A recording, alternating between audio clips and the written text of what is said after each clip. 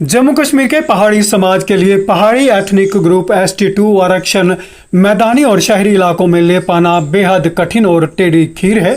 जब तक पहाड़ी समाज पूरी तरह एकजुट नहीं हो जाता तब तक इसे ले पाना अगर असंभव नहीं तो बेहद कठिन अवश्य है। मामला उतना सीधा नहीं है जितना इसे कुछ विस्थापित समाज के लोग समझ रहे थे और उनका मानना था कि शायद 1-2 महीनों में ये आराम से लागू हो जाएगा, लेकिन वास्तविकता इससे बिल्कुल उलट है। और अब विस्थापित लोग ये पूछने लगे हैं कि जब लगने लगा था कि तुरंत आरक्षण मिल जाएगा तब तो कुकुरमुत्तों की तरह बहुत से नेता समाज में उग आए थे, लेकिन अब जब ये मामला कठिन नजर आता है तो उन नेताओं ने अचानक से रहस्य में चुप्पी साध ली है।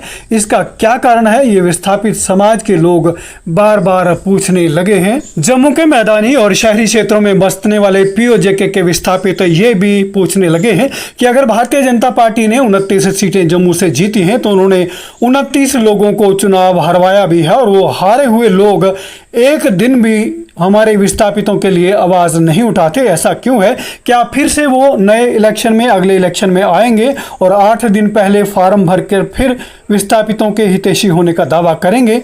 विस्थापित लोग इस बात पर भी आश्चर्य व्यक्त करते हैं कि जो लोग ST2 आरक्षण लेकर देने की बात करते हैं वो कभी भी इन विपक्षी नेताओं से बात नहीं करते और ना ही इन विपक्षी नेताओं को कभी कहते हैं कि आप ही हमारे साथ मिलकर आवाज उठाइए, और ना ही कोई विपक्षी नेता कभी किसी के साथ आया है। ऐसा क्यों है? विस्थापितों से मुंह छुपाए बैठे हारे हुए नेता क्या इतना नहीं समझते कि आखिर लोकतंत्र में विपक्ष का काम क्या है? अगर कोई सत्तारूढ़ दल काम नहीं करता तो विपक्ष का काम है उसे अपनी जिम्मेवारी याद दिलाना, लेकिन यहाँ पर विपक्ष अपनी जिम्मेवारी निभाने से कतरा रहा है और मुंह छुपाए बैठा है, ऐसा विस्थापित समाज के लोग मानते हैं। केंद्र में सत्तारूढ़ दल, जम्मू कश्मीर में सत्तारूढ़ दल और विपक्ष के रवैये को देखते हुए विस्थापित समाज स्वयं को ठगा हुआ महसूस करने लगा है। जम्मू कश्मीर टुडे की टीम ने भी पिछले 6 महीनों में ये पाया है कि बहुत से लोग सामने आकर कैमरे पर बात करने से कतराते हैं। हालांकि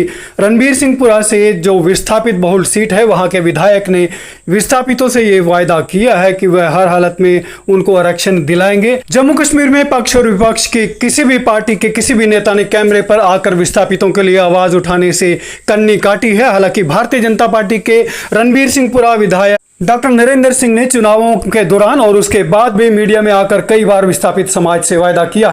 अब देखना यह है कि डॉक्टर सिंह कितने जल्दी अपना ये वायदा पूरा कर पाते हैं, लेकिन तब तक विस्थापित समाज का ये दायित्व है कि वह छुपे हुए हारे हुए सभी पार्टियों के पक्ष विपक्ष के सभी दलों से बात करें और उनसे कारण पूछें कि क्यों आप विस्थापितों के वोट लेकर उनके हक में आवाज नहीं उठाते। शहरी मैदानी इलाकों में ST2 आरक्षण लागू किए जाने के बारे में सभी दल के नेताओं के रवैये से परेशान विस्थापित समाज आपसे ये जानना चाहता है कि आपकी इस पर क्या राय है। आप अपनी राय हमें जम्मू कश्मीर टुडे के माध्यम से भेज सकते हैं। नमस्कार, जय हिंद।